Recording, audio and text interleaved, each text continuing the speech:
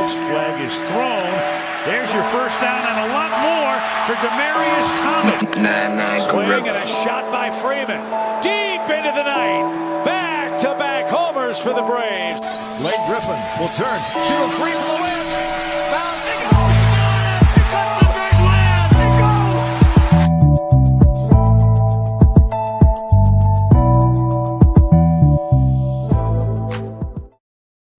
All right. Good evening. It's Tuesday. You know what that means. It's time for the number one sports podcast in the world. It's time for Sports4U. Live on YouTube. I'm John. That's Mark. Yep. Big Freeze will be here in a little while. Be here about the top of the next hour. So we'll check in with him in about 45. And join us, as he said he would during this off season and many more appearances. As you know, the one and only Cody of Ballers and Briefs is in the building. Cody, how you been, man? Good, man. What's going on, brother? Another day on Earth, I guess. I can't gripe too much. I'm not ashes or 6 feet under the ground, so I guess that's the best way to look at it. And good to be back with the guys, talking some ball. So yeah, it's good to have you back, brother. We obviously gonna see a lot of Cody from all throughout the year, not just during football season. He'll chop in during a lot of the basketball talk, and definitely in the next few weeks as we got combine, we got free agency, we got the franchise tag to talk about, and of course he'll be. And we got something else dropping soon. Yeah, so y'all gotta stay tuned because we are working on something really big.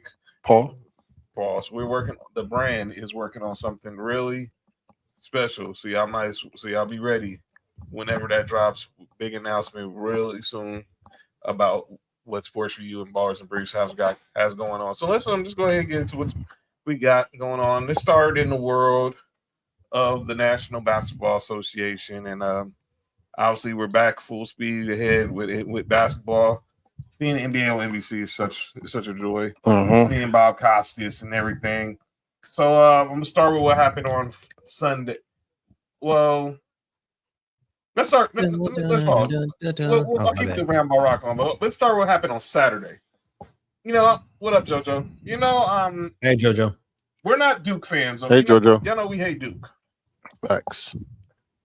So except for one of us. Yeah, I don't understand that. But oh, my bad, Cody. My bad, Cody. But I don't know why. I think I can tell you why. I mean, I lived in Arkansas, right? And obviously I always just loved to hate on the Razorbacks. So back in the day, I just latched on to the Duke Blue Devils, I guess. Back then, I always liked Coach K. But I was a Jordan fan. So everybody's like, how can you be a Jordan fan and then be a Duke fan? I'm like, I have no idea. But I always watched Duke college basketball, and I've always just been a fan. So yeah, so let's see. I was always a strange Cherokee Parks fan, though. That was weird. Not Christian Leighton or Cherokee Parks. Cherokee Parks. Oh my God, dude. With the goggles, man. Cherokee Parks couldn't stand it. Dude, just be quiet. Just be quiet. Let me just keep the main thing. Duke, Michigan. That was a great game. Let me say this. Everyone knows it's North Carolina over here with me and Mark. Yep. But I'm not finna knock what I saw on Saturday with these stupid Blue Devils against the Wolverines. Now, first of all, I want to complain about this game. What's that? Why the hell was this game in the nation's capital? I get it. They probably scheduled this game years in advance. But man, what's up, Bella? A game like this, much as I hate Cameron Indoor Stadium, that arena would have been popping. That place is loud. As much as I hate Cameron Indoor, as much as I hate, I hate the Cameron crazies. This game should have been either at Duke or in Ann Arbor. What up, Rob? Or either in Ann Arbor. Putting this game in Capital One Arena where the Wizards play was a freaking joke. But I get it. They had it planned. They had this planned out already, so it is what it is. But this game, look, I can't stand these dudes, man. But Cam Boozer, look, man, he got it honest. Yeah, he got it honest. And the rest of these dudes were balling, but Michigan was balling. But I hate to see the number one team go down to these dudes, but Duke is now the new number one. They just steamrolled Notre Dame They beat the tonight. shit out of Notre Dame, like 44 or something like that. Yeah, so but congratulations to them on unfortunately for this victory. Still North Carolina all day. But let's go ahead and get to some NBA talk. So over the weekend, good thing we have Cody here because over the weekend, his Houston Rockets, they took a loss over the weekend to the New York Knicks. We just saw get steamrolled by the Cleveland Cavaliers. The Rockets were up by being like 18 going into the fourth quarter and blew a lead. And I heard Ime Udoka said it seemed like it's the story of our season where we just keep blowing leads. Mm-hmm. So I'm gonna ask you guys, and Cody, obviously you're a Rockets fan, you're in Houston. Are the Houston Rockets a championship contender? Are they? What I'm saying. Cody? I'll let you guys give the unbiased opinion first because I'll give the biased opinion. All right, go ahead, Mark. What up, Sam? What up, Sam? Sammy. No, I don't think so. When watching Houston, we missing one true thing, and that's a true point guard. Mm-hmm. Yeah. No, Fred hurts bad. Yeah. That's a big loss. I don't know. It seems like Kevin Durant and Sengun don't seem like they don't really get along the best. As much as I like the Thompson kid, he just don't shoot enough or well enough. He's hurt right now too. Yeah, so that's what I'm saying. Like, and then it seemed like Jabari and all of them just not consistent enough to, you know what I'm saying, where you can go get a consistent 12 to 15 from on every night. You might have games where everybody, some of them might step up, but come playoff time, you gonna need the whole team to step up, and I don't see that, especially not without a point guard. Now they saying Fred might come back this year. I just don't want him to rush back. I don't think so. And then we lost Steven Adams at the end of January. Yep. So there's your depth center, your starting center. I would assume he was a starter, I think. And then, but that hurts depth, obviously. And then, I don't know, like you said, no point guard. I'm going to say this. Being a Rockets fan, and real ones know, this is before James Harden's time. Like, we had good point guards in Rockets history. I mean, good Rockets teams. Stevie Franchise. We had Mad Max, Vernon Maxwell, good point guards over the years, but you can't win. You can't win without a good point guard, obviously. I agree. I think so. I mean, a two guard is good, a good two guard, yeah, but I'm not sure that we're not beating the damn Spurs without one. Like, yeah, I know obviously Wemby's like 8 foot tall and you can't teach that, but like still at the same time, I agree. I think that we're a second round at best and we're out. You can't teach what Wemby is, yeah. And clearly without a true point guard, and that's one thing I didn't understand they didn't address at the trade deadline or even going into the season. You knew Fred VanVleet was gonna be gone a week before training camp. I would have thought they would have made more of an effort to try to go get a point guard to replace him, even if it's just on a 1 year, even if it's just for 1 year. But obviously they went with this tall lineup, but it's just not working because you don't really have a floor general out there. You got a bunch of playmakers, which is cool and all, but you don't have a real floor general out there that's going to organize the offense and keep things balanced between and bring some balance. But and we have so much money in hurt players though. I mean, like that's literally like our team right now. It's like 24 million in like Fred and he can't play. Steven Adams is like 14 mil. He can't play. Like so much money in players that can't play. And then you have Sengun, who's like 33 or 34, and then I think like KD's like 50, 55 almost. Mhm. So it's like you have so much money in those players, and then it is what it is. And then you got like Reed Shepherd. Like, come on, dude. It's like $10 million contract. He's not a great guard. Nah. And he's not really a point guard. He's a specialist. So yeah, exactly. And then let's go ahead to we talked about your squad. So it's only right. I'll talk about the what's wrong with my squad. So Sunday, let's go over to Sunday. Big day here in LA this past Sunday, Cody. Mark, we honored a legend. A legend got immortalized in downtown LA, and that is one Pat Riley. Pat Riley officially got his statue unveiled this past Sunday outside the Staples Center. Did a great ceremony. You had speeches from Dwayne Wade, Kareem Abdul-Jabbar, Magic, Michael Douglas. Yes, that Michael Douglas, the actor.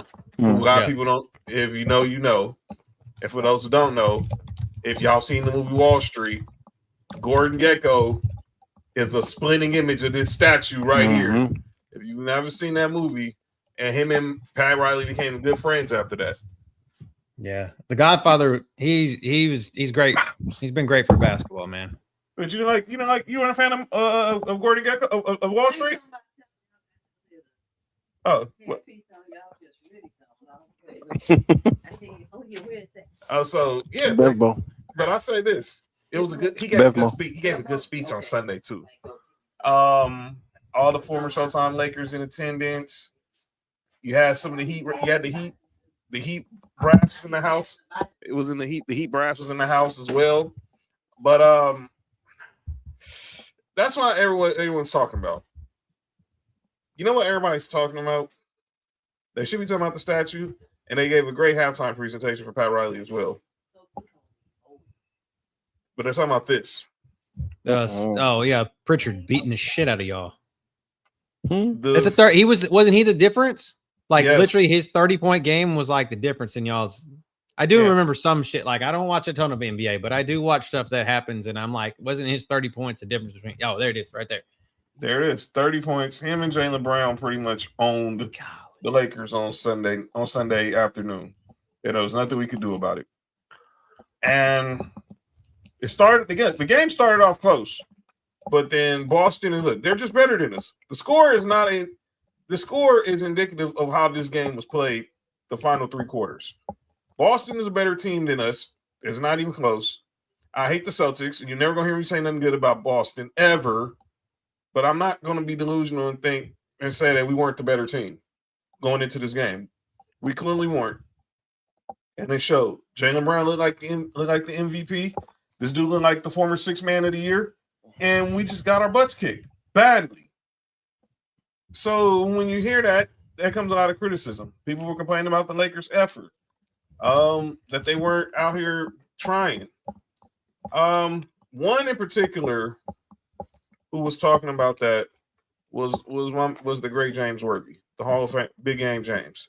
So y'all know James Worthy. It works for Spectrum Sportsnet, the Lakers network, and he was there watching the game until he had to come back in studio to talk about the game for Spectrum Sportsnet. He gave a really harsh criticism of the Lakers, and as being on the show with 2 or 3 non-Laker fans, y'all let me know what y'all think. Here's James Worthy talking about the Lakers' performance against the hated Boston Celtics.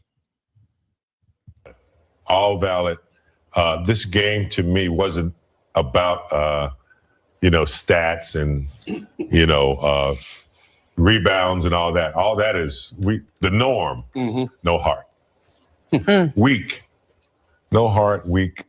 And it's post All-Star, and we talked about what they needed to do before All-Star. I think they didn't achieve what they wanted to there.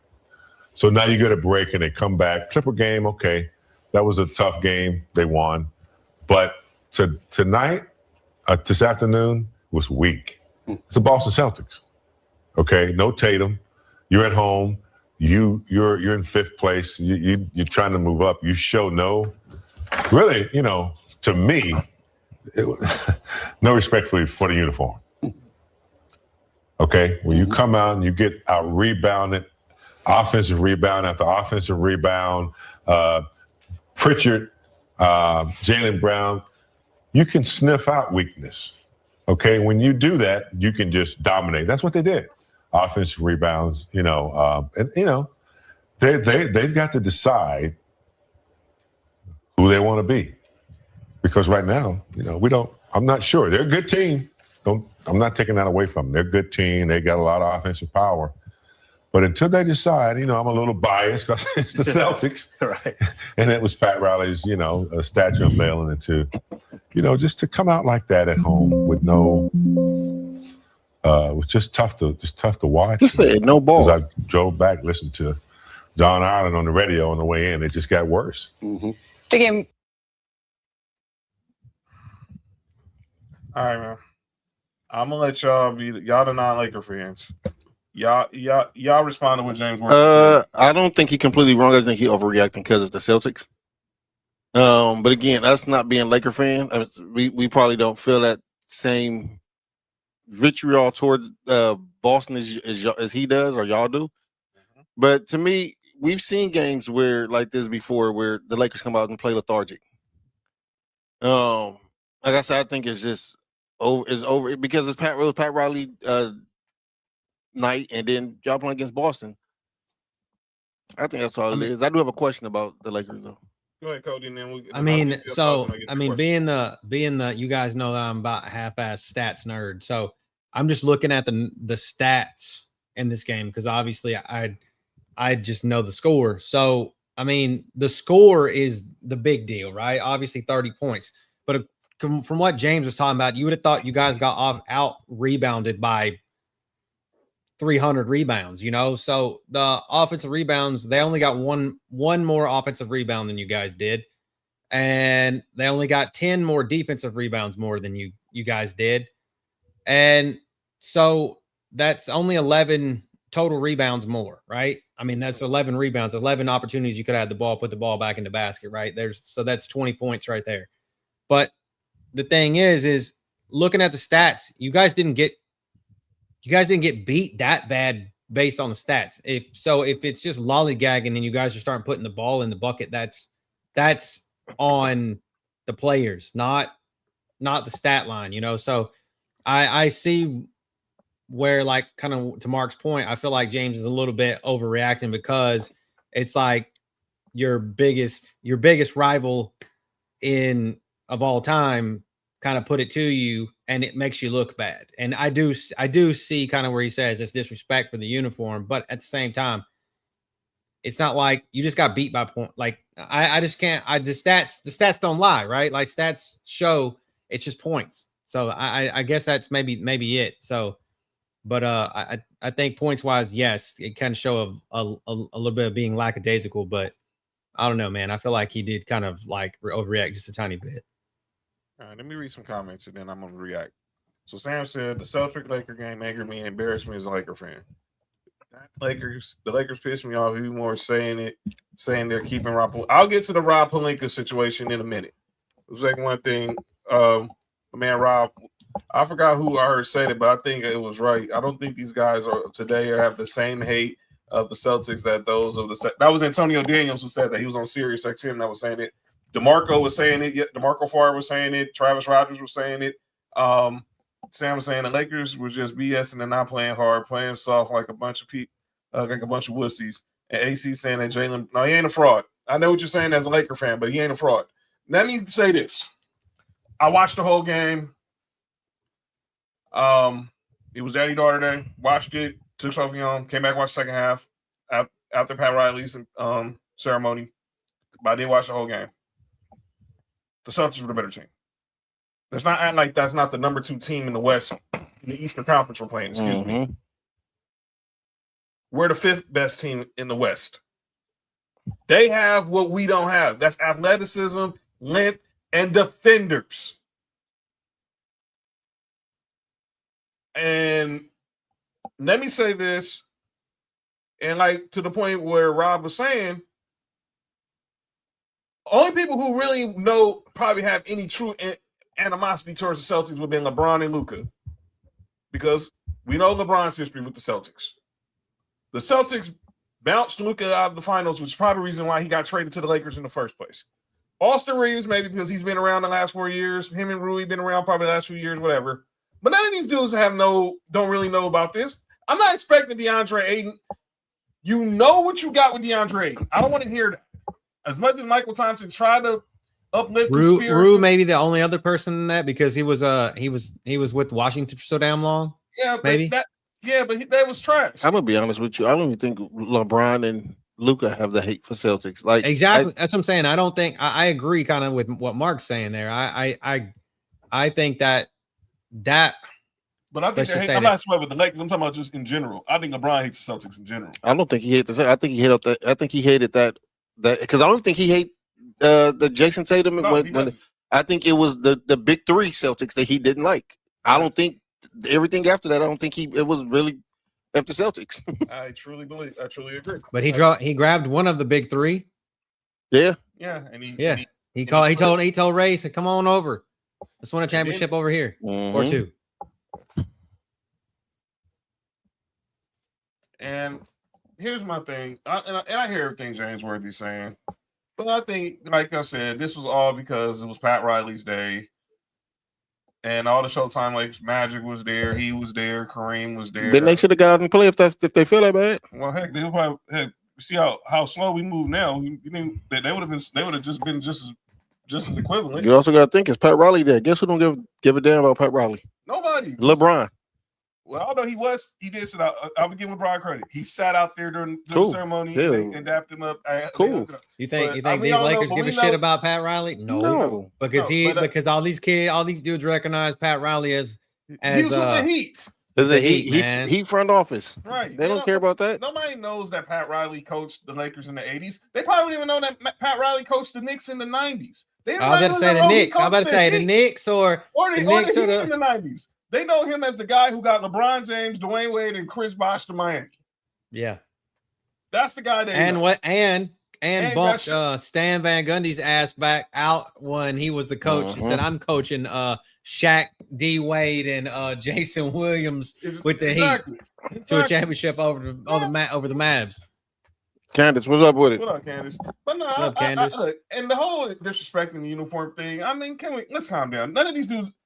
Most of these dudes are not even going to be here next year. Let's just keep it a buck. Besides Luka, maybe Jake Laravia's contract. None of these dudes, even with LeBron, we don't even know who's going to be back next year. We don't know if Austin Reeves is going to be back next year. I heard a theory about LeBron and where he's going. Well, I think I know the theory too. But it's not Cleveland. Really? Okay, we'll have to discuss that later. Inside information. Candace says, what up, Nessa? Candace says, sports should come with history lessons, because if you don't know about the Knicks and Pat Riley, look, some of these dudes weren't born. You gotta think, a lot of these people was calling the era that Jordan played in as plumbers. They don't care about the past. Yeah. Sorry. I just happened. I mean, the thing is the same argument that they make about Jordan playing against plumbers. Magic was playing against those same guys. Kareem was playing against those same guys. Michael Cooper, Byron, you know what I'm saying? Mm-hmm. Like all those dudes, the Showtime Lakers were playing against some same damn plumbers. Mm-hmm. So that's what I'm saying. Like that argument goes both ways, but nobody wants to say that shit. Yeah, what do you say? He don't want LeBron back at all. Which goes back to my next question. And I don't know if this is what up, Nessa? Just in my what up, Nessa? Just in my algorithms. But I've been seeing a lot of Laker fans fed up with Luka now. I think that's coming from the media. The media, they've been listening too much. Like I heard today, Cowherd saying that Luka's lost his lost his athleticism. I'm like, he never had that. He never was. I mean, he played above the rim a little. No, he didn't. He had like two dunks, and he like 6'15". I mean, but he played always below. That's always been his game. What are we talking about? He was like he was what? There has not been an athletic person from a Soviet bloc company like country since what's his name that played for the Nets? Drazen Petrovic. Drazen. Rest in Yeah, peace. ain't nobody been athletic. What's up, dog? Since Drazen. So, but yeah, let's just be honest.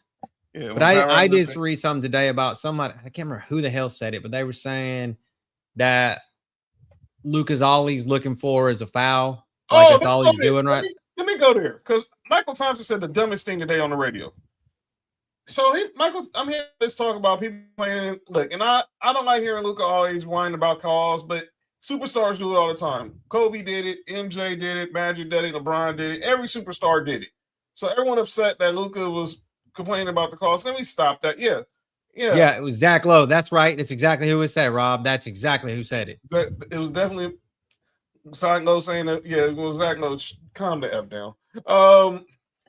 But yes, and Michael Thompson said today that if Luka was to do that tonight against Orlando, he would if he was JJ, he was sitting on the bench.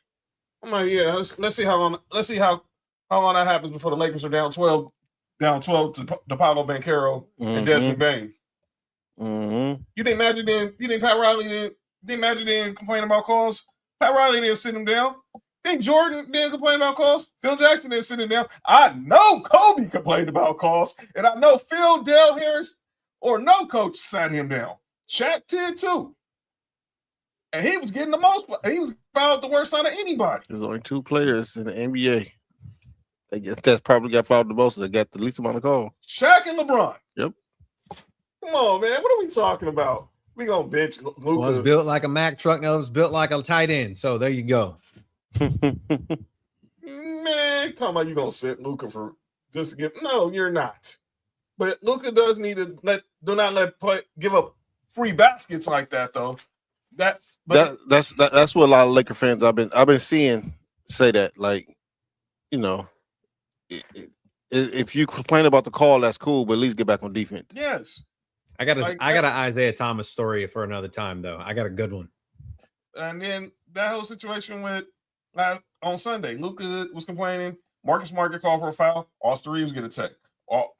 Marcus Smart started barking at the rest. Now, mind you, Marcus Smart played for the Celtics, and he played against the Lakers multiple years. Stop it, man. Nobody cares. Look, I love the big game, man. Nobody's caring, man. Nobody cares. Look, the fans, we care about it, but I'm not going to be delusional and like these young boys know the history of the Celtics and the Lakers. They don't. Oh, yeah. No.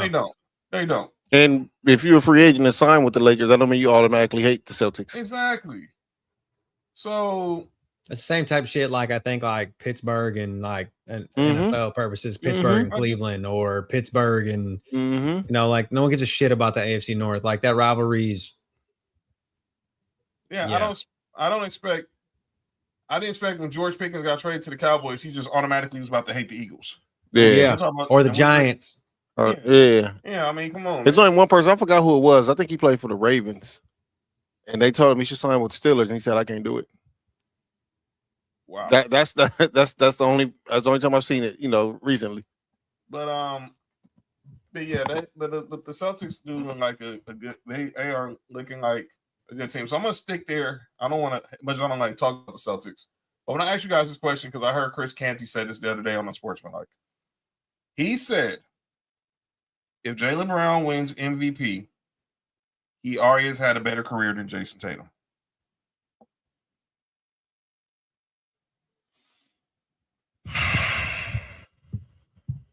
Now you got me wanting to look at what his stats look like. Because I can say right now, Jason Tatum has been on 5 All-NBA teams. Jaylen Brown's been on 1. Now, granted, Jaylen Brown has been a Finals MVP, and Jason Tatum has notably struggled in the Finals, even when they lost to Golden State and even when they beat Dallas. But and then be clear, every year they've been teammates since 2017. Jaylen Brown came in the league in 2016. Jason Tatum came in 2017. That first year together, they went to the conference finals. They lost to LeBron and the Cavs in 7. In a game 7 where Jason Tatum put up 40 and postered LeBron. But Jaylen Brown has been more reliable when they got in the finals. Ain't no denying that. There's no denying that. None at all. None at all. But Jason Tatum he don't have an MVP, huh? He has a conference finals MVP. No. Jaylen Brown has conference finals and a finals MVP. So if Jaylen Brown here have the MVP, Jason Tatum don't have one. No, he just has some top, maybe like top 5 finishes. Yeah. So right now, like to what John just said, they both have a championship. Jason Tatum has 4 first-team All-NBAs. Jaylen Brown has 0.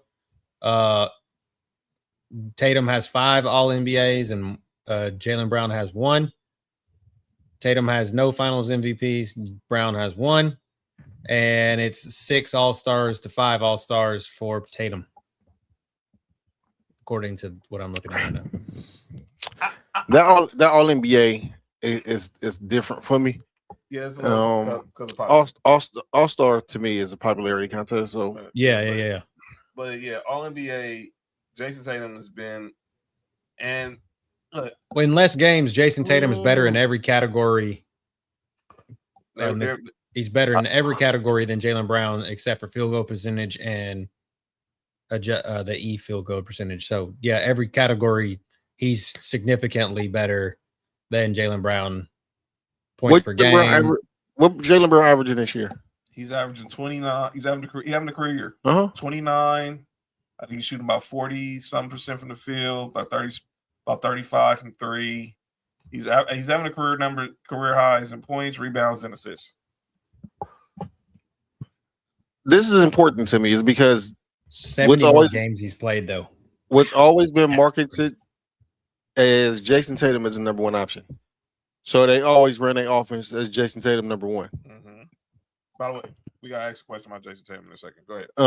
But now we seeing Jaylen Brown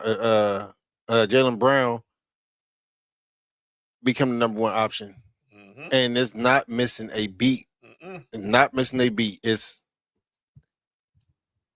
especially when people thought that this was just going to be a Passover year for Boston. People thought they should have just traded Jaylen Brown and went in the tank. I don't know. I'm not gonna say he have a better career. Them All NBAs is different for me, but he's got a it's an argument. It's definitely an argument there because we cannot, especially if, like I said, if like let's just say Jason Tatum don't come back and Boston get to the finals, or Boston even win the finals. That's gonna be the X factor. You can't argue. You can't argue that. To me, that's the X factor because we talking about the Celtics, 18 championships. We know the history, and obviously, look, they know the history. I'll say this: they know the history. They know it's championship or bust in Boston. But if Jaylen Brown can get them there, just getting them there without Jason Tatum is major. I was even to the Eastern Conference Finals.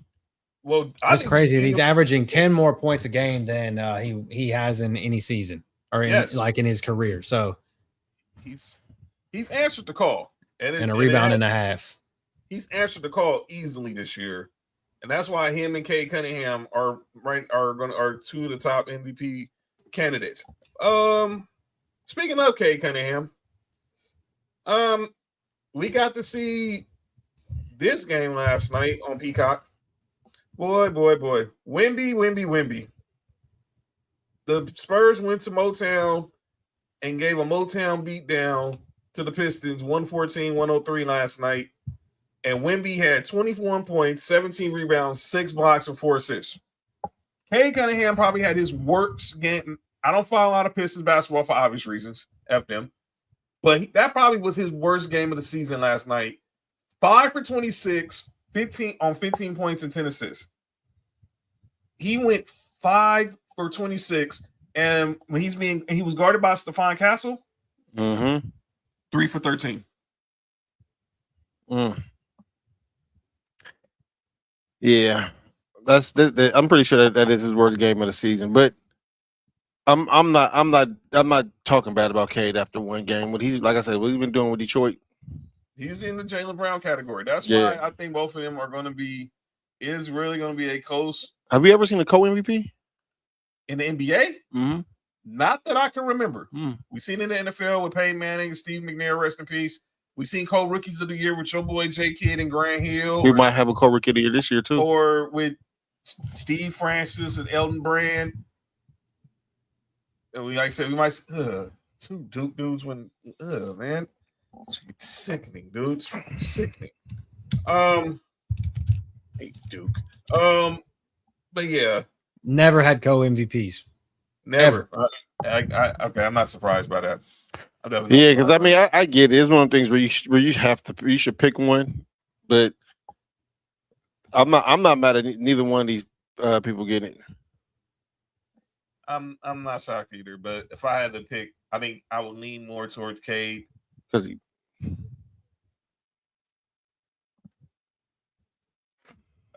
not just because I just think what he's doing is just with the Pistons is obviously this team was just 2 years ago had one of the worst teams in the league.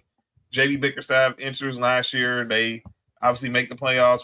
They get bumped out by the Knicks in the first round, and now they pretty much own the Knicks all this entire year. Go back. So my Lakers are seriously in need of a young talent like Wemby, Cade, Jalen, SGA because we don't have none of that. You know how you have to get that, Sam? You got to draft well. Wemby, number 1 pick. Cade Cunningham, number 1 pick. Jalen Brown. They're both number 1. Yeah, I was going to say both of them number 1 picks, right? Like, right. Yes, they were both number 1 picks. A couple years apart. Yeah. Was Paulo in between them? Yeah, it was Cade in 21.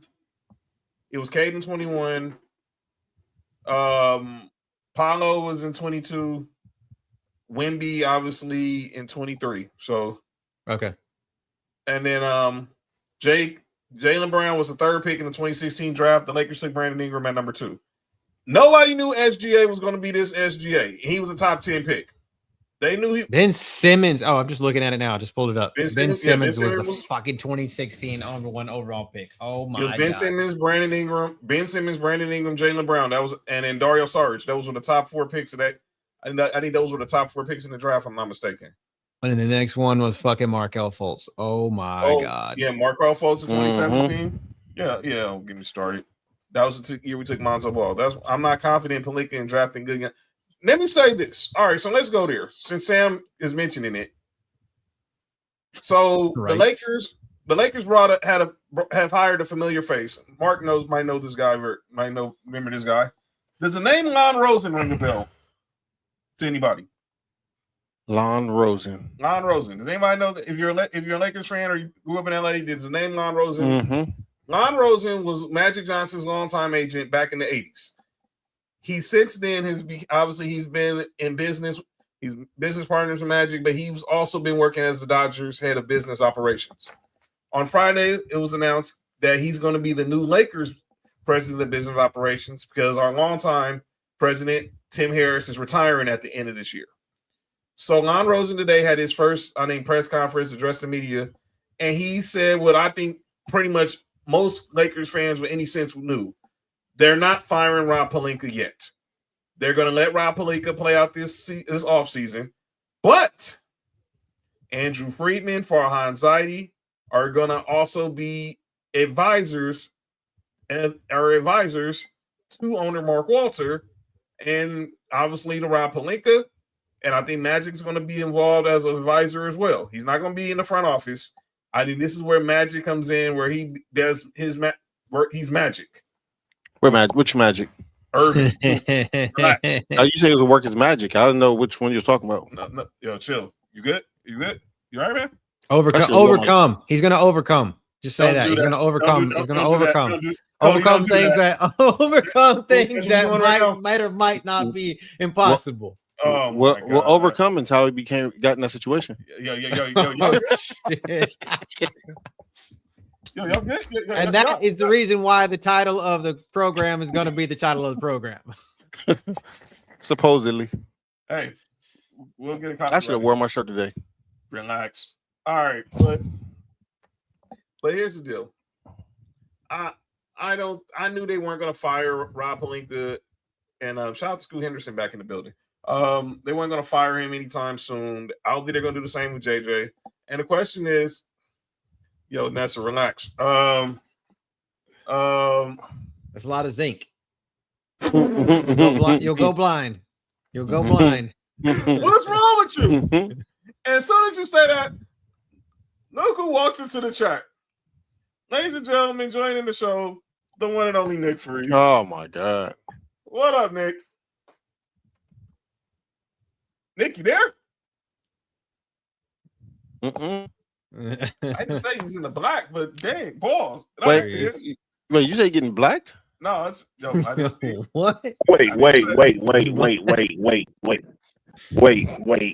John tripping, bro. Hey, John, you need to chill out, bro. I did not say that. I said he was in the black. I didn't say he was getting black. Pause. You know how you're just saying crazy stuff now. Huh? All right, but I see what we're doing. Nick, I was just talking about the situation with my Lakers. Obviously, they announced that they're not going to fire Rob Pelinka at the end of this season. They got Andrew Friedman, Farhan Zaidi. They're going to be They're going to be playing consultant roles with the Lakers while still, running the Dodgers and everything. But I said this the moment Mark Walter bought the team. They weren't cleaning house. They're going to let this play out the same way they did with the Dodgers. They gave Ned Colletti about a year and change. No, they gave Ned Colletti a year and change, and then they let him go and they brought in Andrew Friedman. Shout out to the women DJs. Shout out to the women DJs. Hey, Sam, chill out. Oh, my bad. Said it out loud. No. You're okay. I know what Mark means. Mark is tripping. I know what he means too. This is hate. Wait. No. I'm not about to do that. Go ahead, y'all. Mixed Master Splash. My bad. That's it. Why every time Nick show up, the show get out of pocket? Hey, that's a relax. Whoa. Yeah, that's wild. But no, I'm using there talking about this situation with the Lakers and Sam wants Rob Pelinka fired. But I said that they're not firing him yet. They're gonna basically play this out, and then if things work, if Mark Walter don't like what he sees, he'll be gone. JJ will be gone, and they'll do like they did with the Dodgers, and they'll hire a new GM or president of basketball operations and hire a new head coach and go from there. And then it's on them to see if they can build a championship team. Hey, look. If I was the Lakers, you know what I would do? First and foremost, I've been saying the Lakers should have got rid of Rob Pelinka when they hired him.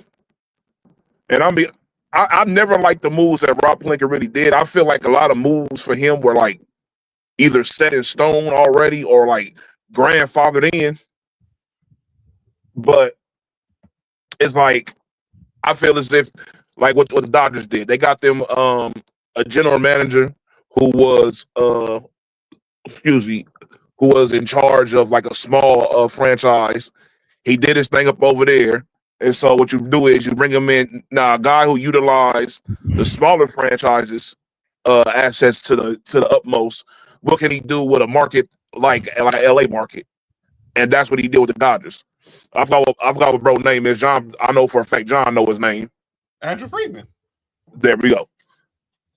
You do one of those, and you do the same thing. Like you look around, and it don't have to necessarily be a GM. It could be a guy who's under a GM. You feel what I'm saying? Like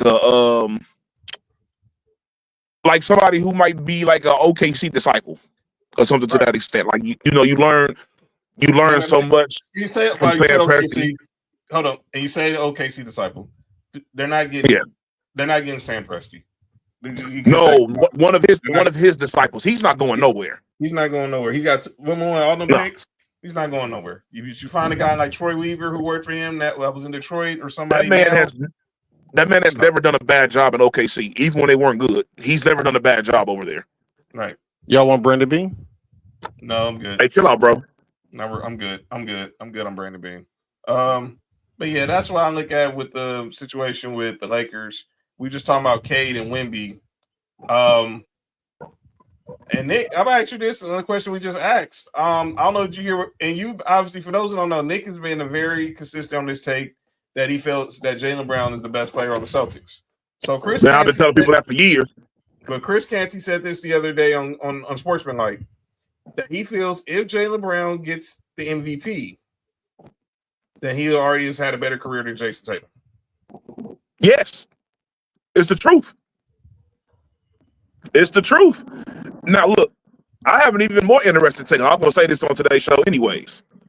If Jaylen Brown gets them to, let's just say, the Eastern Conference Finals, this is going to be a very, very interesting offseason. That's all I have to say. Because some decisions are going to have to get made. And don't let them get to the finals. You don't have to even win. Just let them get there. There's going to be a whole lot of conversations going on. And I'm going to be honest with you. One of those two young ballers is not going to like it. Because one of them will be on a different team next year. If the success keeps going. The worst thing that could happen for Tatum is that this success is going on right now with Jaylen Brown as the man. This is the worst thing that could have happened for him. Because no matter how good Jason Tatum is, we all know he's great. But this hurts your stock a lot when you're not there and there's no fall off in the team. And on paper, the team is worse. On paper. They don't have Porzingis. They don't have Drew Holiday. They don't have Al Horford. Shit, they don't have Tatum. You feel what I'm saying? And I said this before. When it's Jason Tatum's team, his second best player is Jaylen Brown. This Jaylen Brown team, his second best player is Derek White. That's nothing against Derek White, but that's a big ass drop between Derek White and Jaylen Brown to Derek White, and they're playing very, very well. I agree, but I'm gonna get your final thoughts on this before we get over to the football talk. What did you make of what James Worthy said about the Lakers on Sunday?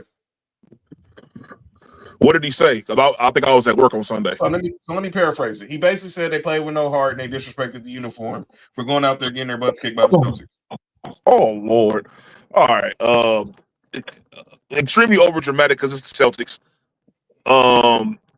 It's James Worthy because he's always overdramatic every time y'all play the Celtics. But to say the team disrespecting the uniform, that's old man talk. You feel what I'm saying? You can't be great 82 games a year. You feel what I'm saying? There's gonna be off days. Hell, the motherfucking 72-10 Bulls still lost 10 games. You feel what I'm saying? The Warriors still lost 9 games throughout the regular season. Like, you can't be perfect every single night. I think the problem is the same thing they've had all year. They have no defenders. I've been saying that, and the interior defense is trash. And I've been saying that. What did you expect the Celtics to do? Just not play defense, not actually expose their weaknesses. Peyton Pritchard was like he put Jared Vanderbilt on skates on Sunday. Oh, the male Caitlin Clark. Oh man. Oh, can we go there? So let me say this. As much as I hate the Celtics, let me say this. As much as I hate the Celtics, I gotta give shout outs to Peyton Pritchard. Because every time he made a basket, he went right to Reggie Miller after he was making his baskets. So if those don't know the story, yeah, basically fact. But so on the premier on Sunday Night Basketball, Caitlin Clark is now being hired as a contributor for the NBA on NBC during the offseason. And Reggie Miller was asked with her to her face, who does her game remind you of? And he said Peyton Pritchard. And clearly Caitlin Clark was a little salty about it. Because clearly, I think she was hoping that he would say Steph. That's the one. But he was like, no. And then Jamal Crawford mentioned it on the broadcast that Peyton Pritchard and him had some words about certain comparisons, and I think that also wasn't just a message from Peyton Pritchard to Reggie Miller. He was also telling Caitlin Clark, "Don't shit on my game." Excuse my language. That's a fact because Peyton Pritchard is a baller. Reigning sixth man of the year, and the only reason he won't be sixth man of the year this year is because he's already started 50 games this season. He is a baller. For sure. But yeah. When he gets his chance to shine, he shines for sure. So I just want to have a question. I don't know what's his contract situation looking like, but he's eventually gonna get it. He's got a nice payday in his future real soon. Let's go over to the National Football League, gentlemen. Oh Lord, because it's Combine week. We are 48 hours into the start of the NFL Combine, and there's a lot going on in the National Football League. Moves can be made, trade talks, all that. Let's go ahead and just start. And Nick, since you're here, we got to go there first. I figured. Your GM, John Spytek, spoke today and addressed the elephant in the room, which is about Max Crosby. So he says, Max is an elite player. I've been very upfront from the start when I got here, and we're in the business of having really good players on the team, and we need a lot more of them. Basically saying he believes he's basically preparing for Max Crosby to be back with the Raiders next season. I've been adamant. Yeah. And it's not just because I'm a Broncos fan. I think he should move on because I don't see anything. I don't see I just don't see where he's going to succeed there. The timelines are different. You guys are in a rebuild. You're going to have a new quarterback. You got all this cap space. Y'all going to be spending money on the try to build a good team around Fernando Mendoza once he gets drafted. I get why Max Crosby wouldn't want to leave. He's been the heart and soul of that defense for 7 years now. He's one of the best in the business. He loves Vegas. He loves the silver and black. But I'm gonna just say this: look at Myles Garrett. And I'm not saying about the Red, but look at Myles Garrett. He had a chance to leave now, and I think Myles Garrett would have left the Browns. He would still got paid. Maybe he would have still broke the sack record. We don't know. And he probably still would have been Defensive Player of the Year. Especially in Buffalo. So Max Crosby really need. Hey, John. Go ahead, Nick. That's different comp because this Myles Garrett actually asked to be traded. Max Crosby never had asked to be traded. So that's where the big difference is. You know, the similarities is outside of both a great player staying on a bad team. That's all that is. But you got to think about it like this, John. Let's say, for example, Mendoza ended up being like the right pick. And within like 3 years, all of a sudden we become we become a consistent playoff team. In 3 years, he's only 31. He can still contribute a lot at the age of 31. We've seen it. Plenty of defenders, especially pass rushers, still contribute at the age of 31. We have a lot with the. This is the first time the organization has actually been on the same track from owner to GM to head coach. You know, everybody knows this isn't going to be an overnight process, but you got to start somewhere. Now, I think it's a little different for Max Crosby because, you know, he had a lot of, you know, he had like drug addiction or whatever. And, you know, he attributes his healing process with the Raiders. So I think it's a little bit deeper than like just football for him as far as being on the team. That's what I think personally. Because I ain't gonna lie, in his predicament, I would have left too. You know, much as I love my team, you feel me? Like I'm giving y'all so much. What can I do? Charles Woodson did it. And we still love Charles Woodson within Raider Nation. We never look bad at him for doing it. Nobody talks down about Charles Woodson leaving the first time because we understand. So, you know, that's where I think as far as Max Crosby, his connection with the Raiders is a little bit different.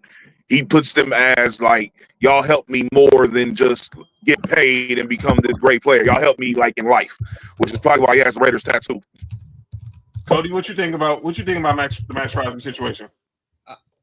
Honestly, like I think that his last contract was like a 3-year deal, and he signed that in like at this time last year, right around the same time last year. Yep. I think. Yes. That he did. Man, as much as I want to see the dude succeed, I don't want to see him fail. That's not what I'm saying. I think that like he might be that type, like kind of like what Nick said. This could be this could be one of those things like they turn around immediately. And this team is the Washington Commanders of 2 years ago with Mendoza. Not that I'm saying that Mendoza's Jaden Daniels, but at the same time, nobody expects shit from them.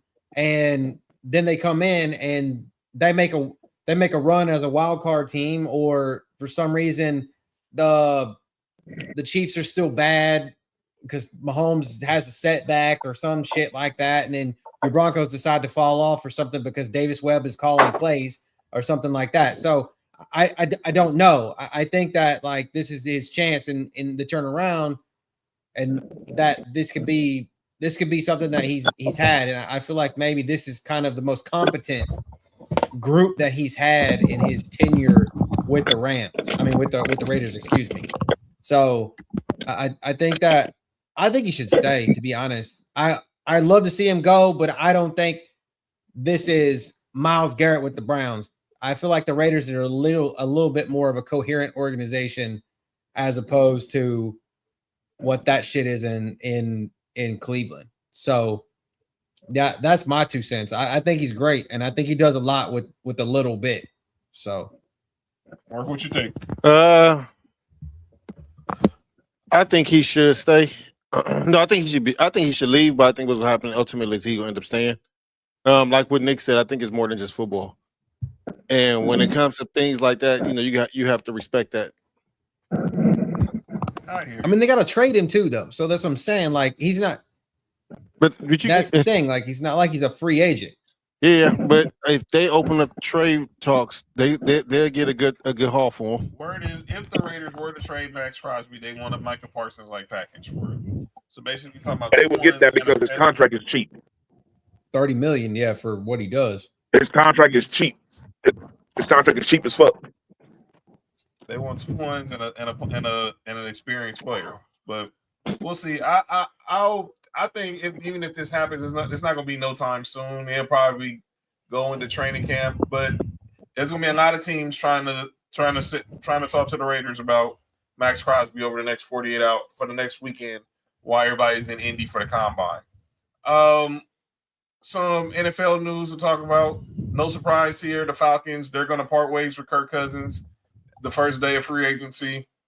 If you were Kirk Cousins, one team's obvious choice is, does he go back to Minnesota, reunite with KOC? Max. Or I think Jason McCourty said this morning, stay with Atlanta on a lower number. You played for Kevin Stefanski too. What happens with Kirk Cousins? Mark?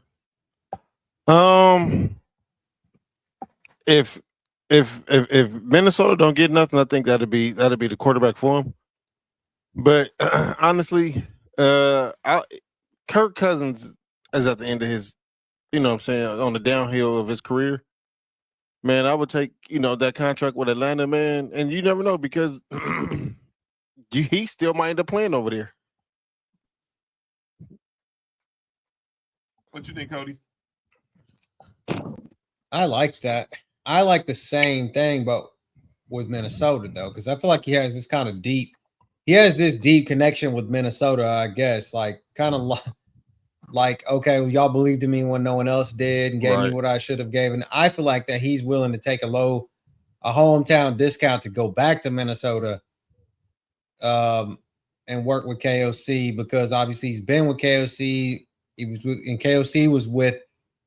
Wasn't KOC with Washington when Kirk Cousins was with the Redskins too? I think in that office in the coaching staff. Uh-huh. So what I'm saying is, I feel like that makes the most sense. And obviously, I feel like Kurt's going to kind of keep the pent up frustration that Justin Jefferson seems to be oozing every time someone talks to him at bay. Nick, what you think? What happens with Kirk Cousins? I'm piggybacking off of what Mark said. So you at the tail end of your career, and let's say, for example, he's like 38, 39? More like 37, 38. Like 37, 38? All right, look. If you want to be in the league still, become the QB mentor. That can extend your stay in the league for like another 5 years. Go to one of these teams where they either about to draft a quarterback, they have one that's young already, and you can be like the leader for that guy. You'll still get paid, and you'll still be, you're not going to be in predicament to win championships or whatever, but at the very least, it'll keep you in the league for sure. Especially if your guidance actually helps the quarterbacks become better. And that can lead you to other things within the league as well. That can lead you to being a quarterback coach or something eventually. That can lead you to the next level once you retire. You never know. So if I was him, that's what I would do. I would go look at the Titans. Shit. Even if some wild reason Washington be like, hey, can you come back over here and help us with I highly doubt that's gonna happen.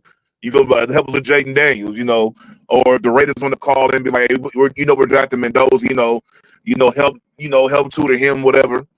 Who else? There's a shit. Go to New Orleans and help Tyler Show. Stuff like that. Or even established veterans that are good, go to their team because you never for example. Fucking go to Indianapolis. Because for sure. You might get playing time there. Yeah. Or you go to a team like the Chargers and you've been in the league for a long time. You talk to Justin Herbert. You've been to conference championships before. You've won playoff games. And when he hits these walls, you could be the guy that says that talks him on the sideline. That can be like, hey man, look. You can get through this if blah blah. Don't worry about this. Have that positive in his ear of somebody who's actually experienced it before. No matter how good you are, you've done it before. He's been to the conference. He lost, but he's been to the conference game before. I agree. You feel me? Let's go to some other news in the NFL world. I did not say that. NFL worm. Okay, AJ Brown, relax. Are you telling AJ Brown to relax? No. Oh. So Nick Sirianni spoke with Kimberly Martin at the Combine and was talking about the trade speculation surrounding Arthur Juan Brown. Will AJ be here next season? I think we're still in the spot. I can't guarantee how anything is going to play out into next season. I think I'm going to be the coach next season, but you can't guarantee anything past tomorrow. Oh my God! What are you talking about? What are you, the fucking wearing green and purple and run around with question marks on you? The fucking Riddler? Come on now. What the fuck is this? Just do you want it or not? If you do, throw him the ball. If you don't, let him go somewhere that will. I don't understand what's going on with the. I really don't understand what's going on with the freaking Eagles. They Bella, get your team. Get your team, Bella. I really don't. I really don't understand. It's always something that you just don't get with these guys. I mean, common sense. Do you want the guy on your team or not? It's rocket science. Do you want the guy on your team or you don't? Just yes or no. And does he want to stay?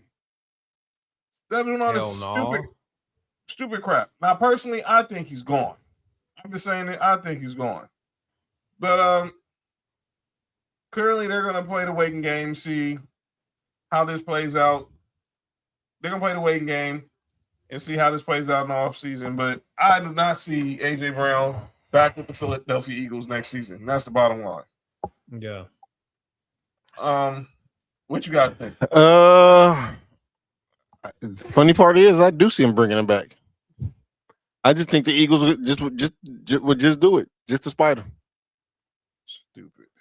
You're right.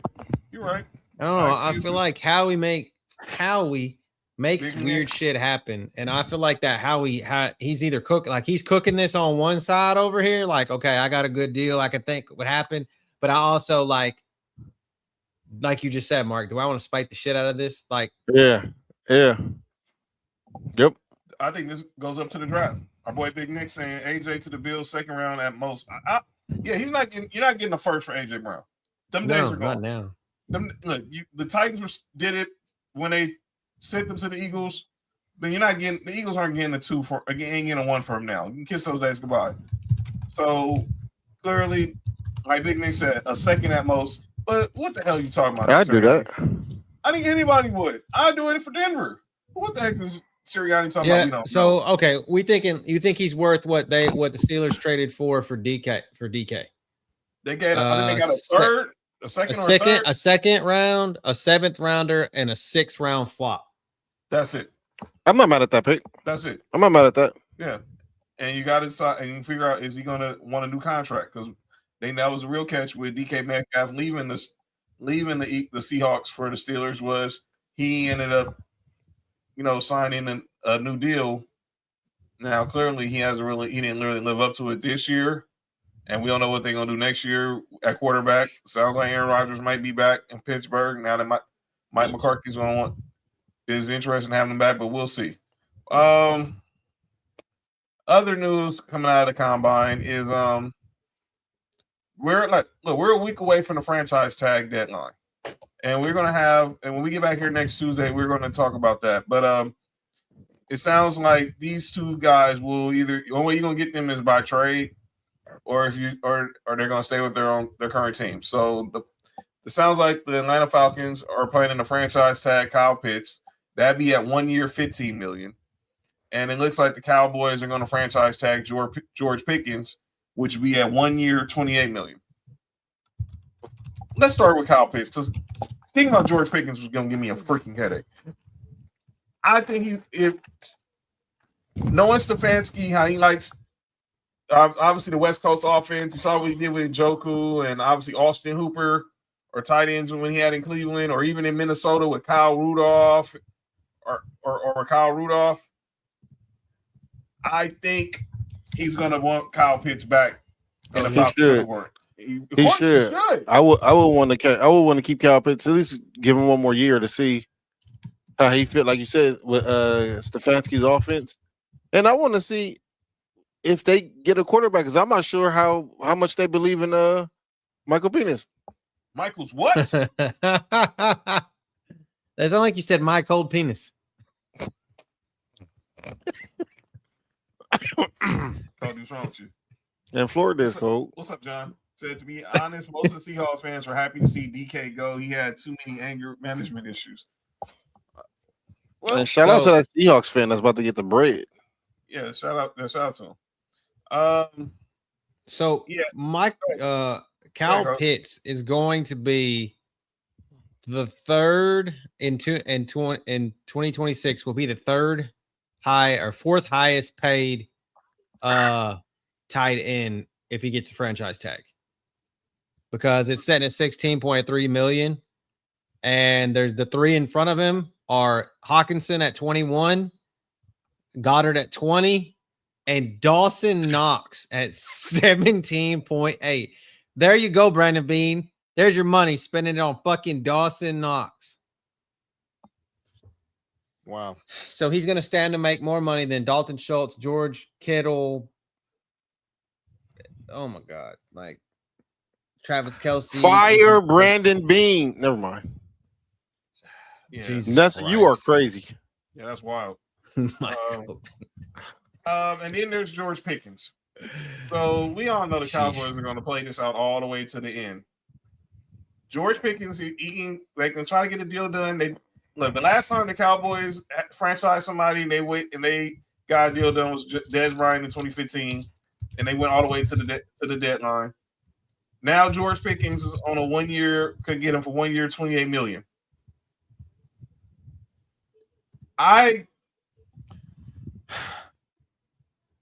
You know this dude better than we do, Mark. I mean, he played for your school, man. Do you roll the dice and try to sign him long term, or do you see if he is this? If I'm Dallas, make a prove it deal. If I'm Dallas, yes, you sign him. You pair him with, man. Yes, you sign him. That shouldn't even be a question. Yeah, That shouldn't even. You shouldn't even be no second thought about that. Look, you got before I get to Cody, you got the Javonte Williams deal done. I'm happy for my former Bronco. Go sign Brandon Aubrey now, and then y'all need to go ahead and y'all go. Did he turn? Is it true he rejected the contract? Cool. Yes, he wants more money. Yes. He wants more money. Yes. And they're thinking about putting a first round or a second round tender on his ass. I'll definitely put a first round tender because. By the way, did you hear this story with the UFL? Yes, sir. Give me them 4 point 60-yard field goals. UFL, Give it to me. Which is of course ran by The Rock, his ex-wife, and obviously partners with Disney and Fox, with ESPN and Fox. Redbird Capital, yeah. And they're going to experiment this year where if a team attempts a 60-yard field goal or longer, then that's going to be 4 points as opposed to the traditional 3. Oh, the Jaguars kicker gonna be having 4 points all year long. That's what I'm saying. I think in the NFL we could do it, but I want it to be from 65. Hey, 65-yard. If you kick a 65-yard field goal, give it to me. Give me 4 points all the time. Hey, is the first round tender Travis Hunter wife? Yo, you good? My bad. All right, but they need to get this done. But knowing Jerry. Max Crosby come to LA with the Rams. We'll trade. We can trade Byron Young. Well, y'all got. Look, I don't think. Let Max Crosby will decide where he want to go. You about to give them first round picks too, Sam. Yeah. You're not getting Sam Crosby and keeping them 2 first round picks. Right. But the thing, what I was saying is about with George. Kind of back to George here.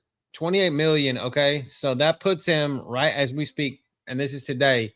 That puts him directly at number 8, tied at number 8 with Devontae Adams. So do you think George Pickens is better than Devontae Adams, Nico Collins, T. Higgins, Stephon Diggs? That's 28, 27, 26 and a half, 26 and a half. And yeah. And you got people that are above him, DJ Moore at 28 and a half, Michael Pittman Jr. at 29, DK at 31, Amon-Ra 31.1. Chris Godwin at 33.6, CD at 38.4, and Jetta at 38.9. By the These way, are cap hits going in 2026. Y'all know who Isaac Rochelle is? Name sounds familiar. He used to play for the Raiders and Chargers. He went to Notre Dame. He was journeyman. He now works for NFL Network on Good Morning Football.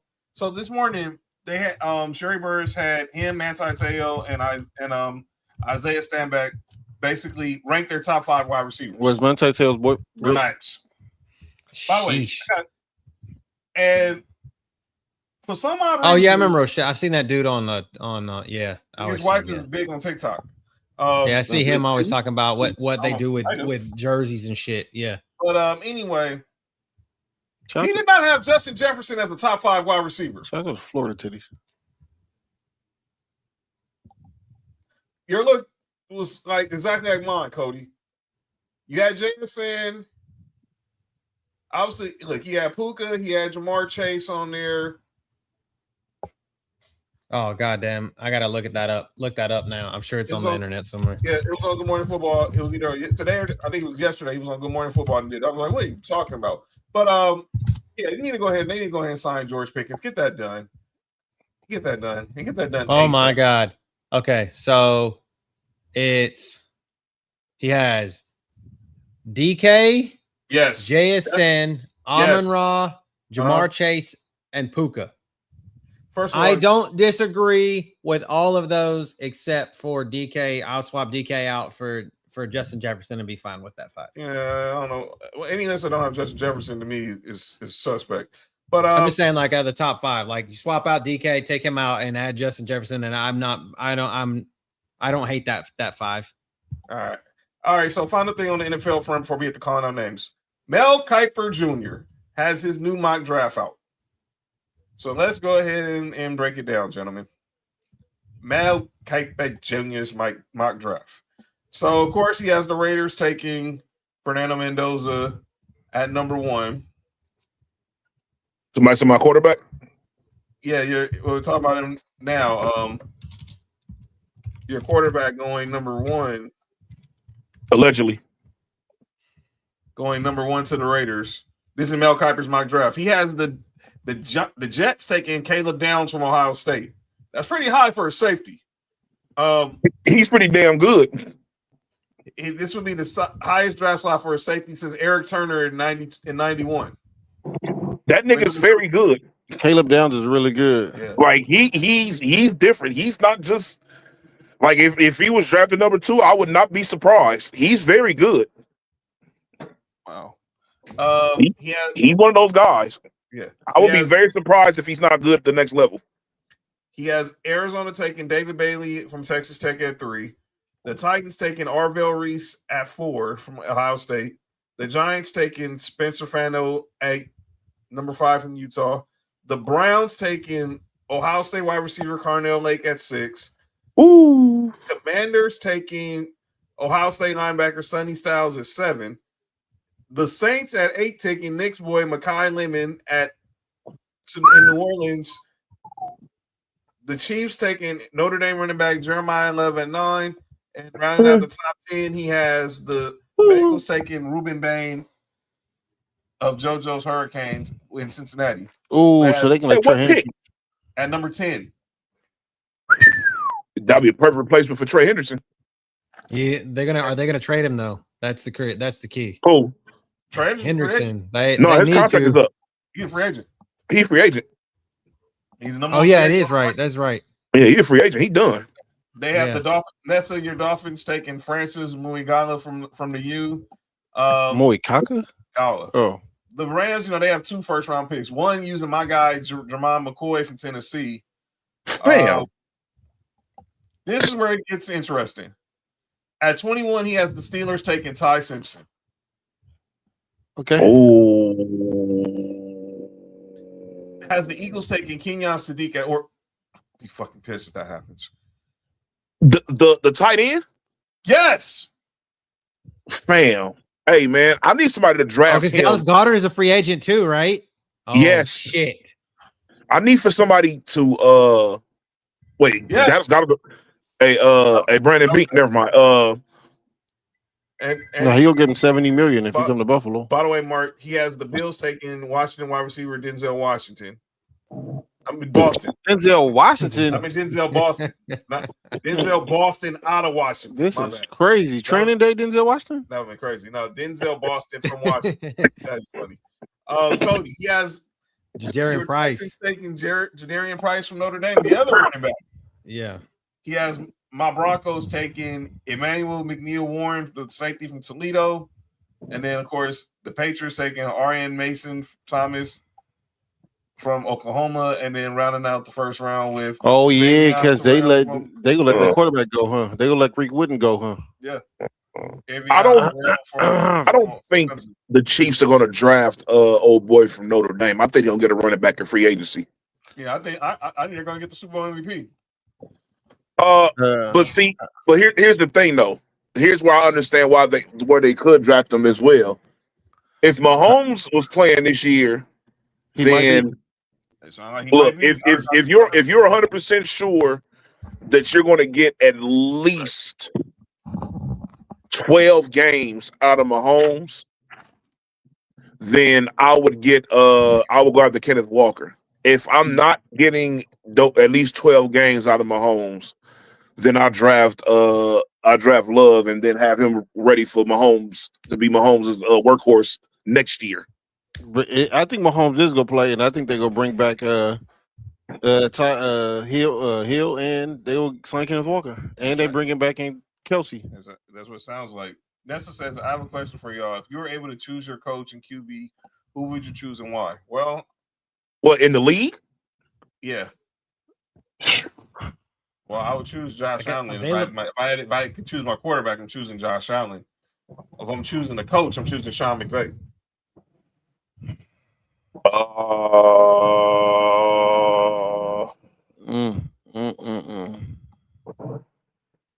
That's a good I think I would.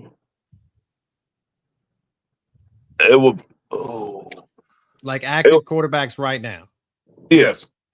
I'll probably have Joe Burrow with maybe Shanahan. Pretty much the same thing. I didn't put him in the West Coast offense. He'd be perfect. Well, Mark, you already got your QB, but who would you want to be? Who besides Joe Brady? Anybody, one of us. Josh. I'm not mad at McVay. Shanahan. Mike McDaniel. You know what I'm saying? I don't like Mike McDaniel as a head coach. As an OC, he's amazing. As an The OC, Chargers gonna go crazy next year. Justin Herbert has no excuse. I would have loved to have him as an OC, but probably I love McVay, man. I like what he does well with the Rams offense, with or without weapons. And what about you, Cody? I mean, you guys have kind of said it, so I have to go off this cuff.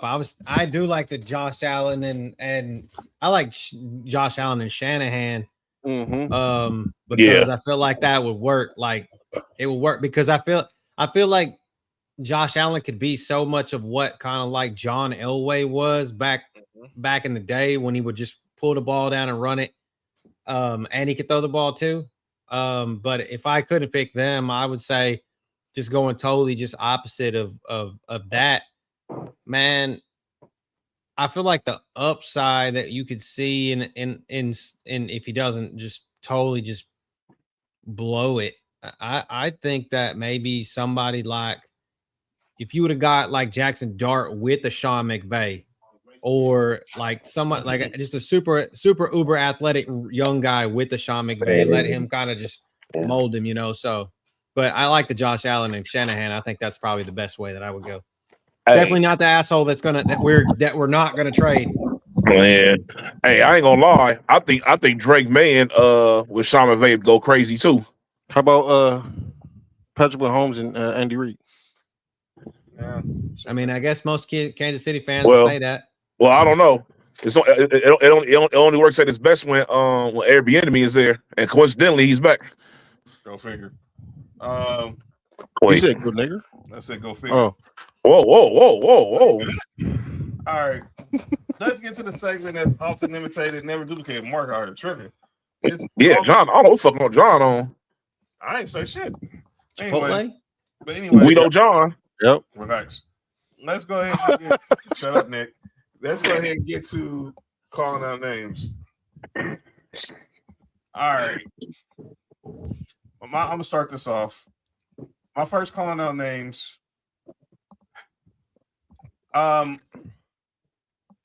What the hell are we doing? What are we doing? man. Oh Lord! Wait, When is this? is this for real? Yes. It's fucking Yes, for real. it's for Why do real. you not think I was Happy talking birthday. shit about it in the chat? Oh, No, That's why Floyd's come out of retirement for this fight. So let me be clear for those who want to know, because I think everybody. Bam.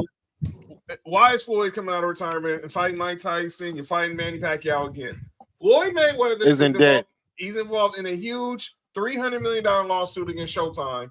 He's suing Showtime, Steven Espinoza, and his former manager Al Heyman for allegedly stealing $300 million in money from his fights. Well, Paul Heyman did that. Al Heyman. Oh, his uncle. Yo, Paul Heyman and Al Heyman are related. That's crazy. Because they both are. My name is Al Heyman. I can hear him saying that. I can see it. And you know the crazy part is if you see Al Heyman, you would think he's just a shiesty. Y'all think it's two families with Hyman names? Yo, you good? My bad. Wait. What names you say? Nah, we're not skipping over that. What did you just say? This dude said, I said Heyman. This dude says Hyman. What the Oh, they're spelled That is different. crazy. They're spelled What are we doing different. here? Damn it. Hey, And it's gonna be at the Spear. at the who? At the Spear. Oh, that's what. Never That's mind. That shit's gonna be That's what they toys? wild. They're still using Africa as a sex Hey, toy. yo. Man, yo, you crazy. My next call out names. Darren, I want to talk about this as a group, but Darren Peterson. Oh now Lord. he criticized, about his low management. So now he comes out and said, "Basketball is my life. If I could have been out there every game this year, I would have. If you would have asked me last year what were my goals this year, I would never mention missing games. Shut the F up, young boy. Hey, Come on, man. I'm not drafting him number 1 overall. I'm not either. I'm drafting AJ. I'm drafting the kid from BYU. What's his name, John? AJ Vanessa.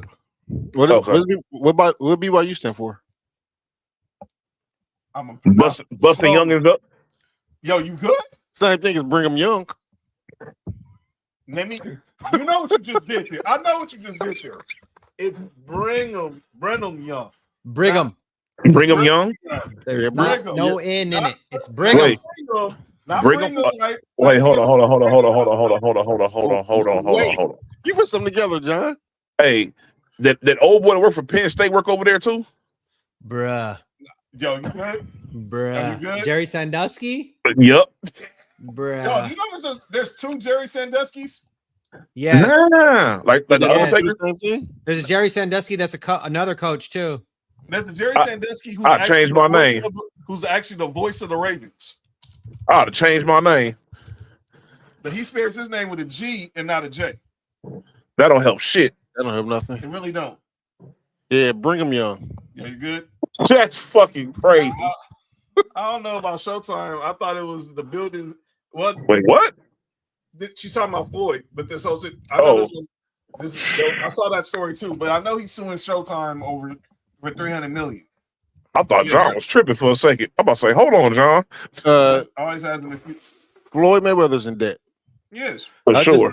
I just seen With him the do a mafia. commercial for vodka. Do y'all know Floyd Mayweather ain't never took a drink of alcohol in his life? At all. Never. Yeah. Anyway, go ahead. All right. I got two more, but I'm gonna go to this one first because I want to say the last one for Nick. Kendrick Perkins, and I brought this. Oh, This Lord. was a conversation in our group chat on Saturday that clearly got a lot of people upset. Hold on, Sam. We got you in our prayers, whatever you're going through. Yeah, don't worry. We got you, Sam. Stay strong, brother. Yes, sir. Kendrick Perkins. So they were talking about all these players coming out in the draft this year because it's going to be a loaded draft. Kendrick Perkins said probably the most blasphemous thing about. So Darius Acuff, we all know, is the point guard at Arkansas playing for John Calipari. Oh, no. He said No, this is not. on Kendrick didn't say that. you He right did not now. say that he was the best player He that he's is ever coached. the Right? best guard that John Calipari has Oh, coached. I'm fuck not off. talking about NBA Hurt. career, college career. Right. The man is averaging 22 points, shooting 50+% from the field and 40 from the three. Here go the graphic. This is all the guards, notable guards that John Calipari has coached.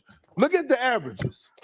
I Damn. believe he just won 7 consecutive SEC Freshmen of the Week. Yep. On the verge of winning SEC of the year. Player of the year. Okay. Let me ask before you continue. So just so you know, again, I'm not looking at stats for this particular question. I'm looking at an eye test from a skill level perspective, ball handling, passing skills, yeah. shooting ability, whatever. Give it to me from that. He's averaging 6 assists. Okay. So not only is he getting Nah. his, he's making guys around him better. And I'm Hey, man, cut about this to shit blow off, y'all man. mind with this one. So let me- hold on. Perks, get your own foot out your mouth. What are we Dog. talking about? Hold up. Let me start this first because me and Fat got in a serious debate. My boy Fat got in a serious debate. Our boy Bass about this. That's why I brought it in the group chat with y'all on Saturday. So let me just run off some of the guards John Calipari's coached over his 30-year career. Wait, John. Before you do that, let me say this. Get nostalgia out your mind, but go ahead. I'm not. It has nothing to do with nostalgia. Go ahead. DeJuan Wagner, Derrick Rose, and let me tell you, and I'm gonna run this. Derrick Rose, Tyreek Evans, and John Wall, 3 back to back to back. Them niggas was nice in college. Yeah, Derrick Rose and Tyreek All of them. Evans at Memphis, and then he left Memphis and went to Kentucky, and his first year he had John Wall. God, nigga, John Wall was incredible in college. Yeah. And I'm not taking nothing from this A-Cup kid. This kid can ball. This nigga can hoop. Don't tell me he was better than Memphis Derrick Rose. I got a question though. What's up? And I'm not saying he is, but why not? Why not? I don't think from the numbers wise, yes. I think skill wise, I think D Rose, Tyreek Evans are more skillful point guards in school than to me. I'm not gonna put down the Kentucky guards because they had a loaded team around them. You can't name nobody else on the Darius Acuff team. Well, I was about to Douglas Roberts, who could you name on? That's why I said. That's why some leaving Kentucky names out. But you said even then, you said outside of Chris Douglas Roberts. It's not outside of nobody with Arkansas. I can't name nobody on the one. And on top of that, at Memphis, who was Memphis playing? Exactly. I'm gonna be real. This is the first point guard I've seen him do what he does in a long time. Because usually he has his point guards even his star players in general. Mm-hmm. He keeps them on like a short leash. He does. And I think that's where people are like putting that in a perspective of where now imagine if he didn't keep the short leash on like a John Wall or I think the more comparable one is Derrick Rose. I like John Wall for too. sure. I think the more comparable one is Derrick Rose. Oh, for sure. Because I do have Derrick Rose better than this kid, and I can't explain why neither. You know what I'm saying? But let's just stick with Kentucky guys out because I think he was better than Jamal Murray in college. I think he was better than SGA and Devin Booker because they weren't who they were in the pros. But let's stick with the early caliber. Devin Booker got put on the short leash too. Right. What up, Noodle? What's up, Noodle? What are you taking this kid over Dewan over 01 Dewan Wagner? Nice. That's the only person I'll probably take him over. Take over him is Derrick Rose. If you allow Derrick Rose to do what this kid is doing, oh yeah, that's probably Derrick Rose. I'm not mad at Dewan Wagner, but I also feel like, and I've said this a lot of times when we say who's the GOAT, it's a lot of nostalgia in that. It's our time. It's who we attach to. And I think that's why we feel so high about who we grew up with. I think also the fact of the matter is and I'm saying this as someone who was exposed to Memphis basketball a lot in college. That the Memphis basketball team, kind of what you said though, Mark, kind of to your point, who are they playing? They're playing a bunch of shit asses in the American Conference, I think is when they were, or they were the Conference USA at that time, whichever one of the fucking conferences they were in. But the thing about it is, I can still name about 4 players off of that team, or at least 2 other than Derrick Rose, just because I watched that Memphis team and I thought that Memphis team was decent, and then they made some noise in the tournament, right? Right. I think that what we see, how you feel like you can downplay it now is Arkansas is an SEC team. Arkansas has a somewhat reputable within the last 3 decades of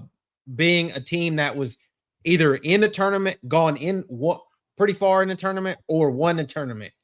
And Memphis we just never felt like that. We never thought Memphis or Memphis State at the time or whatever was ever going to be worth the shit. And I felt like Derrick Rose helped that team up where to propel. Yep. We expect this John Calipari with a bucket full of money in Arkansas, and this kid should just be good.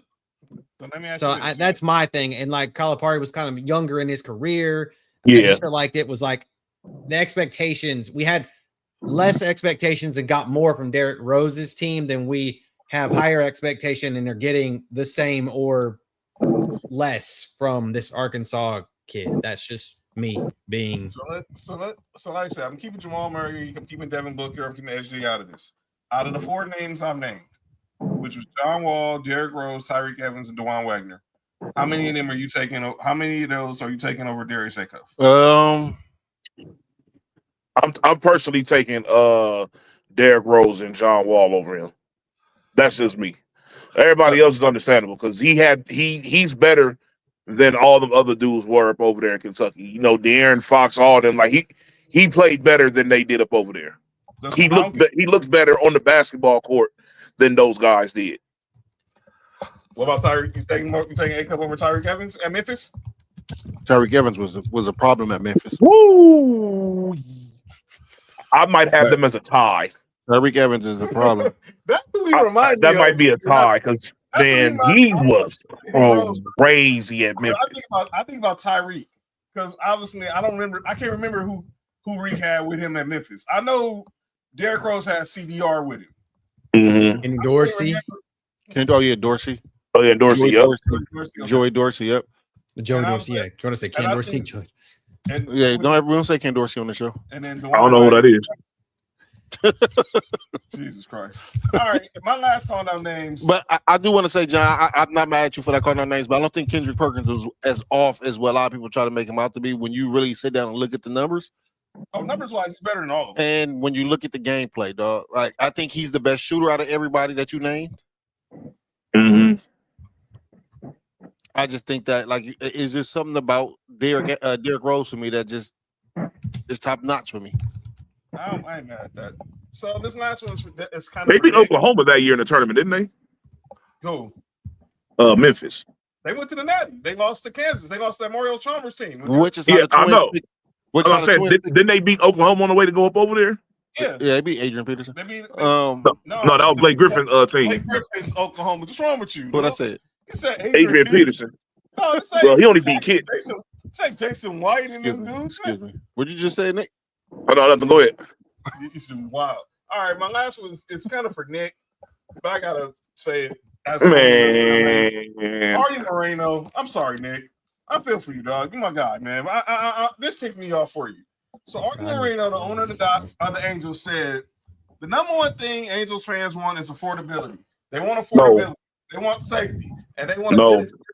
When they come to the ballpark, believe it or not, winning is not in their top 5. For me, I've always wanted to win. I just what's the cost of winning right now? Shut up. No, John. Let me. I'm gonna let you have at it. But let me just say, excuse me. Pause. You can never outrun bad ownership. And let me say this with Nick.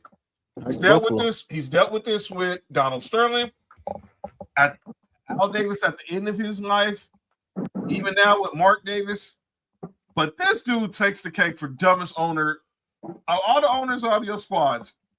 You want to talk about who's delusional? Ever in the history of sports.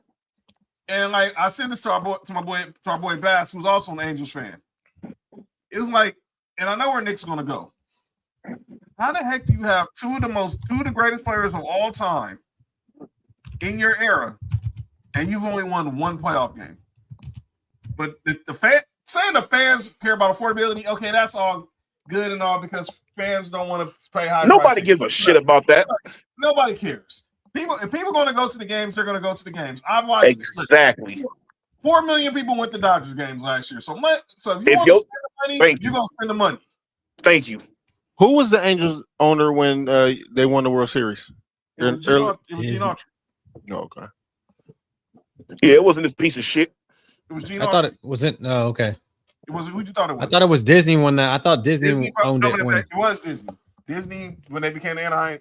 Disney bought the team from Gene Autry. It was Disney. Yeah, I thought it was Disney. I was like, I thought Disney owned it. Well, Disney need to buy it back. But go ahead, Nick. I'm gonna let you have at it before Mark Cody. But this is your go ahead. John. Is it safe at Dodger games? If you wear an opposing jersey? Yep. No, it's fine. We know the Brian Stowe situation. I ain't gonna. Every Dodger game I've been to, I've seen a fight happen. Right. But guess what? It doesn't matter because it doesn't matter. The team is winning. This affordability thing. If the team is winning, nobody gives a shit how much the tickets cost. They're gonna go see them. The Dodger tickets will be $500 at the very least everywhere. They be sold out every bleeds. And people still gonna be up over there. Yeah, be sold out every game. Every game. Because they're winning. Winning cures everything. And this idiot right here doesn't understand that. You wasted so many years and so much talent on the team. And there's so many moves that could have been done. When y'all didn't sign Vladdy back to the fucking contract. Exactly. Oh I'm still mad about that. Wow. Yeah, he an asshole because he should have been and traded your outfitter to the Braves. He should have traded him. He should have traded Ohtani. There's no way in hell that Ohtani should have left our team without us getting shit. There's no way in hell, especially you already knowing that he's going to leave. I don't give a damn what other teams give me. He's y'all problem once he leaves from over here. If he won and done from y'all, oh well. Somebody will take a chance. This dude's an idiot. It's not. What do you mean when it's not a problem? You know how crazy it sounds for you to tell a fan base that they don't think that winning is a priority, and you still expect them to spend money up over there. Yep. They playing. I refuse. Look, I've thought about going to. I have been to an Angel game in years, and I will not go to one as long as this dude is is owner of the team. I refuse to. This is crazy. I'll still support the team, but as long as I'm not putting no money into this dude's pocket. I hear you. Go ahead, Mark. I don't have nothing to say about this. He's an idiot. I think that they should vet some of these owners before they become owners. I heard a theory. I'm gonna give this to Cody, then I heard a theory from John Ireland today. You'll give what to Cody? No, I'm gonna let Cody have his take, but I want to say John Ireland had an idea today on the radio. If you have 10 bad seasons as a franchise, you should be forced to forfeit your franchise. Yes. You should not go. You should not be able to own a team for a decade and just hemorrhage money off of them. If you were any other line of business and your business was this bad for this long, you would have had to bankrupt. Pretty much. Go ahead, Cody. I'm just saying, like, this is levels of the movie Major League bad. Wow. Like that's how bad this is. This, and no shade to the Angels whatsoever, but like I just feel like that this team is shit. They have one of the worst winning percentages of all time. And it's only gotten worse statistically in the past 2 decades since they won a World Series, and have had, like what Nick just said, you've had some of the greatest players to ever lace up a pair of cleats play for your organization. I've always thought Mike Trout was overvalued, but that's just me. But Ohtani, I ain't got no arguments for that. And then got players like I just said, like Vladdy, and you got players like the guy I think's the best Angel of all time, Garrett Anderson, and you got Jim Edmonds, a guy that I loved watching when I watched Cardinals baseball. So guys like that, like it just Jared Weaver, like just fucking dudes, and y'all suck. Like it, like and look at the idiots he gave money to. It just get Tim Salmon, John Lackey, Torrey Hunter. I just can name a shit ton of Angels players that played for them, and I just felt like that it was just like, why are you not better than what you are when the American League West at times was very bad? Was down. Before the Astros got there, when the Astros were still in the National League Central, the AL West was ass. No, Seattle wasn't very good.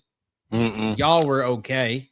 You got the A's been bad for years. years. Have just been terrible for decades, for a long, long time. And like that's just it just makes no sense. It just makes no sense. Bad.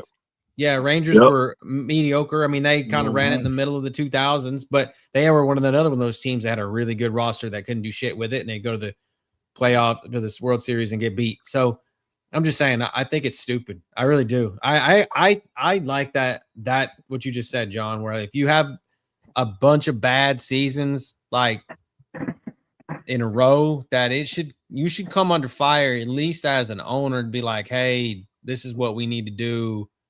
I mean, I don't know. Sub 500 is just terrible as a sports organization at all. Like under 500 in the 82 game season is just terrible. All right, Mark, you got anybody calling our names? Stephen A. Smith. For a couple of nights ago, LeBron crossed 43,000 points, right? Oh shit! I think Wemby had a good game. Cade Cunningham had that great game. You know what Stephen A. Smith was talking about? What? LeBron dressing. Can I clean that up? Because I know where he went. That didn't start with Stephen A. That started with Pat Riley. Cool. With everything that's going on. We got a fight? With everything that's going on, I don't think the NBA dressing should even be talking about. Like, we had 4 or 5 different topics where you can get at least a good 10 to 15 minutes out of each one of those topics, especially with the panel members on there. Mm-hmm. And Stephen A. Smith was talking about how he used to come into games, and he blaming LeBron. This is blame LeBron era. He didn't blame it on LeBron. I watched the segment. Oh, okay. He didn't blame it on LeBron. But it started with Pat Riley basically criticizing coaches post the pandemic for not going back to suits and still wearing their practice clothes in the games. Me personally, I don't care. Nobody's forcing coaches to still wear the team jackets in their warm-ups. Because Ty Lue said it. I got suits in my closet I still ain't wore. You can wear them if you want to. But Pat Riley need to understand this also the same way with Stephen A. Times are different. David Stern's not here anymore because the dress code was brought in by David Stern as a overreaction to what happened at the Mountains. Because 30 seconds Iverson. Well, that too, but he was. AI ended up being the poster boy for it. But let's be clear, it was. Go ahead. I think NBA coaches should wear the uniform like MLB players, coaches. Yep. Can you imagine like Steve Kerr in the full Warriors uniform? I don't want to see Steve Kerr wearing no NBA uniform. Put the jersey on. Put the jersey on like Warren Sapp. Man, dog. Hey. That nigga's being warmed the whole fucking time. That should be crazy. Exactly. Like Larry Bird in the 3-point contest. Know what I'm saying? Man. Wait, hold on now. No, hey. Larry Bird. Larry Joe also walked in there and said, "Who coming in second?" Yeah. Like everybody tried to mock it this year, the 3-point contest. Only one, but Dame's the only one that was successful. Go ahead, Nick. Who do I have on calling out? Well, we already discussed sorry ass Artie. I hate Artie Moreno. Oh man, that is like, bruh. I can't wait until I was so happy when I heard that he was gonna sell the team, and then he changed his mind.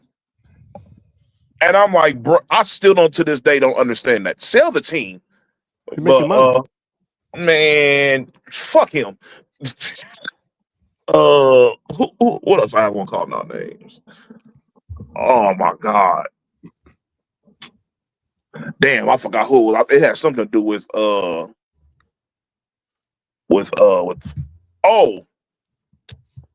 have the media on calling our names in general. Go ahead. If you guys, I hate hearing these. I have these sources. Or this unnamed person is saying this about that situation. Man, Mark said this a long time ago. Start putting y'all names on some of these quotes. Stop being scary. It's getting ridiculous, and it's going to start getting worse and worse the more we close to the draft. And it'll be the same way for both basketball and football. You're gonna start hitting these unnamed coaches and unnamed general managers, or somebody in the front office saying this off the wall crazy shit about somebody. It's gonna have no name on it. And it's gonna be so downgrading to trying to beat to somebody's stock. And I'm just tired of this shit, bro. It happens every year. The shit gets annoying. Put your name on it. Look, at least when Perkins says something, he stands on what he's saying. Yep. You feel what I'm saying? That's all I'm saying. If you're gonna go ahead and say something, go ahead and you just go out there and just do it. Stop being scary and deal with the criticism, whether you're right or wrong. Dalton, can they still on the Lakers? Yes, some way, somehow, I have no idea that he's still on the Lakers. Oh, and I want to give a huge shout out to the Indiana Pacers for trading us Benedict Mathurin. Benedict Mathurin? Because he has been going crazy on our team. Holy shit. Yeah.